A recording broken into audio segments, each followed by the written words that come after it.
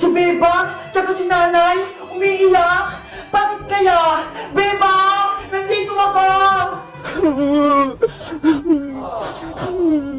Pati si Iska, umiiyak din.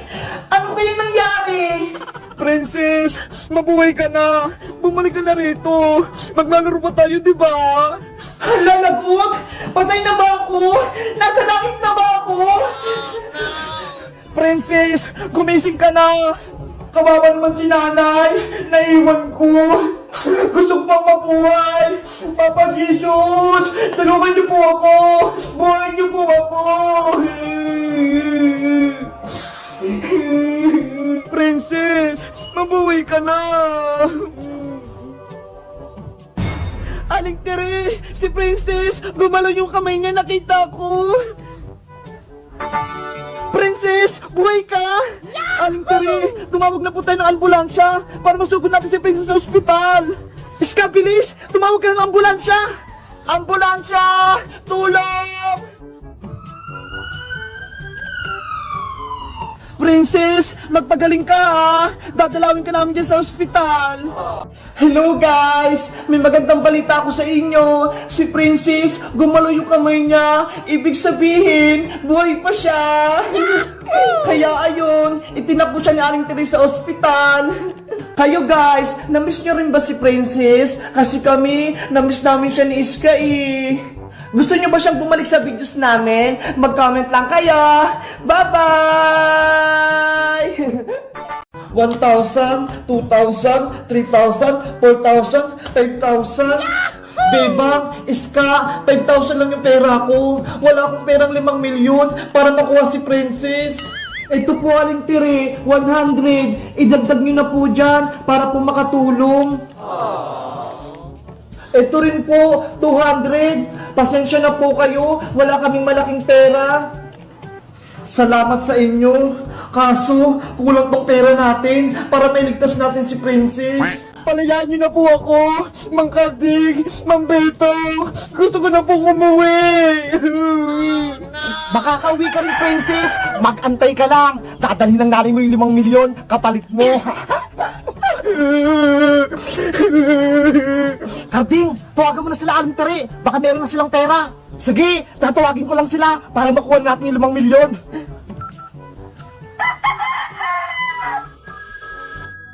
Aling Tere, may tumatawag po ulit. Baka pa yung tumukot po yun. Sagutin niyo pa, Aling Tere. Hello? Kamusta, Aling Tere? Handa na ba yung 5 milyon? Kapalit ni Princess? Hindi pa. Kulang pa yung pera namin. Bilisan mo na, Aling Tere. Gumawa ka na ng paraan. Bibigyan na lang kita ng 1 oras para mabawi yung anak mo. Sige, bibigay ko yung 5 milyon. Basta, wag mong sasaktan yung anak ko. Mabuti naman at nagkakaintindihan tayo. Gusto ko muna makausap si Princess. Ibigay mo yung cellphone sa kanya. Princess, kausapin mo yung nanay mo. Nanay! Princess, magantay ka lang dyan ha. Ililigtas ka namin ni Beba at pati ni Iska. Opo, Nay. Sorry po kung naging pasaway ako. Ayan tuloy, napahabak ako. Huwag ka nang umiyak. May kasalanan din ako. Kung di kita pinalayas, hindi ka matudukot. Kunin niyo na po ako dito. Tama ng drama. Aling Tere, dapat mamayang hapon buo na yung 5 milyon para makuha mo na si Princess. Nagkakaintindihan ba tayo? Sige, ibibigay ko sa 5 milyon. Mabuti, tatawag ulit ako mamaya. Anong sabi, Karding? May 5 milyon na ba? Mamayang hapon, Betong, ibibigay na nila yung pera. Yes!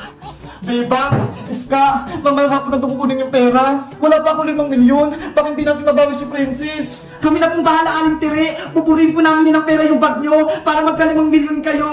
Di ba, Iska? Saan tayo kukuha ng pera, Beba? Akong bahala, Iska. Tara na, kumuha na tayo ng pera. Dito lang po kayo, Aling Tere, ah.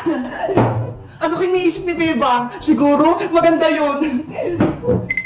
Saan kaya kukuha ng pera sila, Beba? Nasaan na kaya rito yung mga itlog ng manok para meron akong iulam mamaya? Mang Karding, Mang Betong, palayain niyo na po ako. Nakikiusap po ako sa inyo. Diyan ka lang, Princess. Aantayin pa namin yung 5 milyon. Si Princess yun ah. Nakatali. Ano kayong ginawa sa kanya?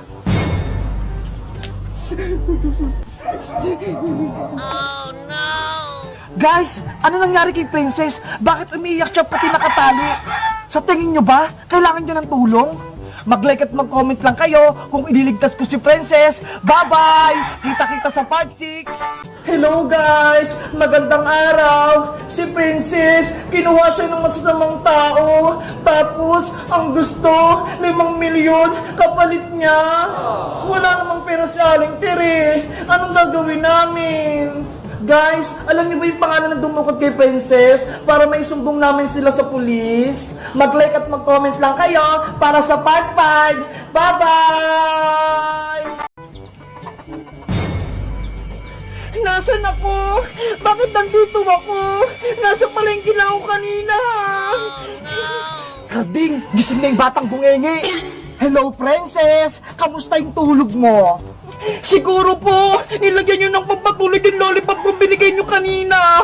Kaya ako nakatulog. Ang takaw mo kasi, kaya nakuha ka namin. O ano, masarap pa yung tulog mo? Sino po ba kayo? Anong gagawin nyo sa akin? Kami ang kambal na nangunguha ng mga batang palaboy-laboy. Ako si Karding, siya naman si Betong. Nandito ko ngayon sa manuka namin. Mang Karding, Mang Betong, ibalik nyo na po ako sa palengke. Inaantay na ako ni Manong Tanod. Hindi pwede, dito ka lang. Hanggat hindi pa namin nakuha yung kapalit mo. Ano pong kapalit? Hindi ko po maintindihan. Hihingi kami ng pera sa nanay mo, kapalit ng paglaya mo. Wala pong pera si nanay. Palayaan niyo na po ako. Tumahimik ka kung ayaw mong may mangyaring masama sa'yo. Ibalik niyo na po ako sa palengke. Nakikiusap po ako sa inyo. Beba, Iska, ilang araw na yung dumaan, wala pa rin si Princess, hindi pa rin siya nauwi. Huwag na po kayo masyado mag-alala, Aling Tiri. Malaki na po si Princess, kaya niya na po yung sarili niya. Kaya nga po, panigurado, babalik din siya dito. Bebang, Bebang! Beba, may tao sa labas ng bahay, si Manong Tanod. Si Manong Tanod? Bakit kaya? Bebang, buksan mo tong pinto! Ano po yun, Manong Tanod? Di ba? Bagat gamit to ni Princess? Opo, saan niyo po yan nakita? Nasaan? Patingin! Ito! Kay Princess nga to! Nasaan yung anak ko? Nakita ko siya sa palengke. Ihatid ko nga sana siya dito eh. Kaso bigla siyang nawala. Naku, baka merong masama nangyari kay Princess. Baka dinukot na siya. Ayan na, tumutunog na yung telepono. May tumatawag. Hello po? Sino po sila? Si Bebang ba to? Yung kaibigan ni Princess? Opo, ako nga po si Bebang. Ako ang dumukot kay Princess. Ano po? Tinukot niyo si Princess? Bebang, ano sinabi? Sinong tinukot? Aling Tere, si Princess, tinukot daw po. Ako yung kakausap, ako yung telepono. Eto po. Hello? Hello? Nasaan yung anak ko? Ibalik niyo sa amin. Matagal namin siyang hinahanap. Maawa kayo. Ikaw na ba yung nanay ni Princess? Oo, ako to. Malalag kayo sa akin. Nasaan yung anak ko? Huwag kang matapang! Kung ayaw mong merong mangyaring masama sa anak mo, o ito, yung anak mo, kausapin mo! Nanay! Princess ko, anak! Nasaan ka? Kinuha po ko ng masamang tao. Hindi ko po alam kung nasaan ako. Tama na yan! Nanay! Tulong! Princess! Kung gustong pang mabawi yung anak mo, makinig ka sa akin! Sige, sabihin mo na! Lahat gagawin ko para kay Princess! Bigyan mo ko ng 1 milyon kapalit ng paglaya ni Princess! What? Ano? 1 milyon? Wala akong pera! 100 nga wala eh! Karding, ang baba naman ng 1 milyon, gawin mo ng 5 milyon para yumaman na tayo! Kung ayaw mo ng 1 milyon, pues, gawin natin 5 milyon! Saan ako kuha ng ganung perang kalaki? Wala akong ganyang pera! Wala akong may bibigay! Gumawa ka ng paraan kung ayaw mong merong mangyaring masama sa anak mo! Hello? Hello? Pinatay na yung telepono! Nasaan na yung anak ko? Ano pong sinabi, Aling Tiri? Nanghihingi ng 5 milyon yung dumukot. Kapalit ni Princess. Ano po? 5 milyon? Ang laki naman! Kawawa naman si Princess. Magiging mayaman na tayo, Karding! Yahoo! Kaya ikaw, Princess, diyan ka lang!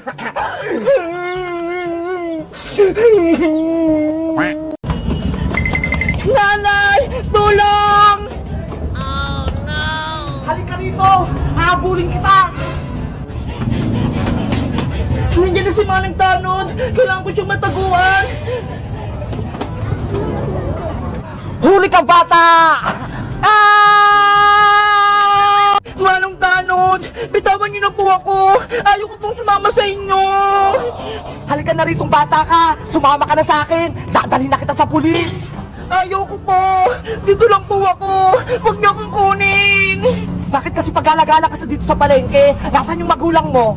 Pinalayas po kasi ako ni nanay kasi may kasalanan ako. Kaya ayun, napadpad po ako dito sa may palengke. Siguro, masuwi kang bata ka, kaya pinalayas ka ng nanay mo. Sana makauwi na po ako. Ayoko na po dito sa palengke. Diba? Ikaw si Princess, yung kaibigan nila Bebang, malapit sa bahay ng Aling Sonia? Opo, doon po ako nakatira.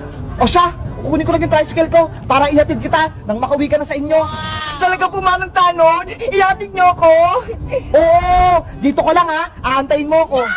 Yay! Makauwi na ako!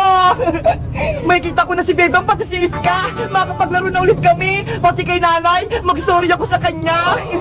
Uupo muna ako. Antayin ko si Manang Tanod. Uy, Betong, may batang mag-isa dun, oh. Nakaupo. Kaya nga, Karding, wala siyang kasama. Siguro iniwan siya ng nanay niya. Diba? Siya yung batang nawawala. Tignan mo itong hawak, oh. Ayaw nga, no. Magkamukha sila. Parehong-pareho. Betong, kunin natin siya. Tapos tawagin natin yung nanay niya para humingi tayo ng perang kapalit. Sige, Karding, kunin natin siya. Shh, dahan-dahan ka lang. Nasaan na si Manong Tanod? Ang tagal naman niya. Bata, wala ka bang kasama? Wala po. Ako lang po mag-isa. Inaantay ko si Manong Tanod kasi ihatid niya ako sa bahay. Betong, may tanong daw. Bilisan mo, baka mahuli tayo. Sige, akong bahala. Bata, may dala akong pagkain dito. Baka nagugutom ka. Gusto mo? Ano pong pagkain yan? Eto, lollipop. Wow! Lollipop! Pahingi po ako! Oh, kunin mo. Sa'yo na. Kainin mo yan, ha. Bilisan mo. Salamat po! Ang tamis! Ang sarap-sarap! Lagot ka na ngayon. Magkakapera na kami sa nanay mo. Bakit ganon? Nahihilo ako! Ayun, gumagana na yung gamot, Karding. Betong, natulog na siya. Tara na, kunin na natin. Sige, buhatin na natin siya. Ang bigat naman itong batang to. Bilisan mo, Betong. Dali na natin siya sa lungga natin. Magkakapera na tayo, Karding. Princess! Nandito na ako!